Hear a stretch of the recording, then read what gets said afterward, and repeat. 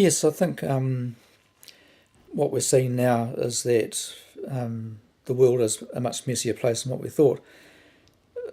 I guess in some ways we've always tried to understand the world in simplistic, or try and get things as simple as possible. The simpler the explanation of something, the better.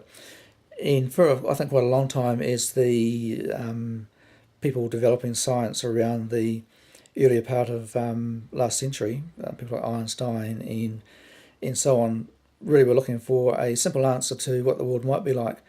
And when, for example, DNA was found, DNA was thought to be a very simple little structure. They'd cracked the code, and now we could actually do almost anything because we knew what the code of life was, and so on and so on.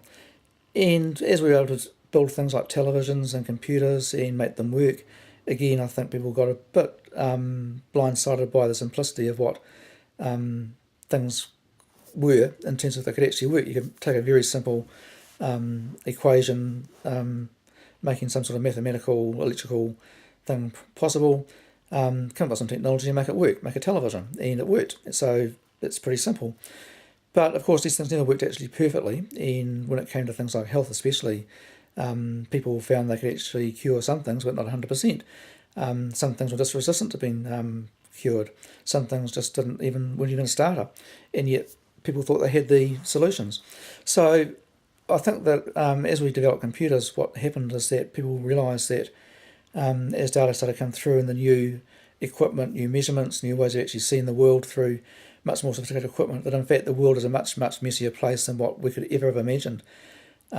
Take DNA, for example. I mean, DNA is not just a strand of some sort of a cell structure. DNA is a mixture of a hodgepodge of a whole range of things. I mean, obviously the basic building blocks are there, but the building blocks are not necessarily as we thought they were. They're bits of virus, bits of other whatever. A lot of it doesn't actually seem to work, but we don't know why it doesn't work, or maybe it does, we just don't know how it works yet. DNA is a mess, and how it actually then makes proteins and how the proteins actually interact, it just becomes absolutely incredible. So I think that what's going to happen in the next little while is that this messiness is going to become much more apparent, and we're going to get a bit of a better picture of what the messiness looks like, if you want to call it that. And then once we've got that, we'll better start analysing how to actually make sense of it again. So a bit of a hump in our thinking that things tend to get simpler, then whoops, it's really messy, and then simpler. Maybe at that point we may find it's even messier again, I don't know. But I think that is going to be the next part of it. And balancing that is the power of computing, which is actually emerging and definitely going to be needed to actually try and unravel just what is going on here.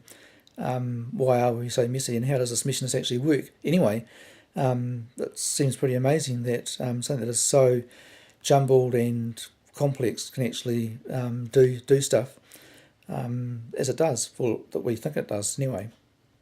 Yeah, so that's my idea about the messiness theory. I think it's already happening. People realise it's not like it's a prediction, because people already are aware of the incredible way that things are not actually as straightforward as we thought they were, through physics, through biology, through medicine, through everything. And we're just becoming, I think, now aware of how messy that messiness is, and grappling with how we can actually begin to analyse and make sense of it, and then begin to move on. So, yep, that's my messiness theory. We are messy beings, for sure.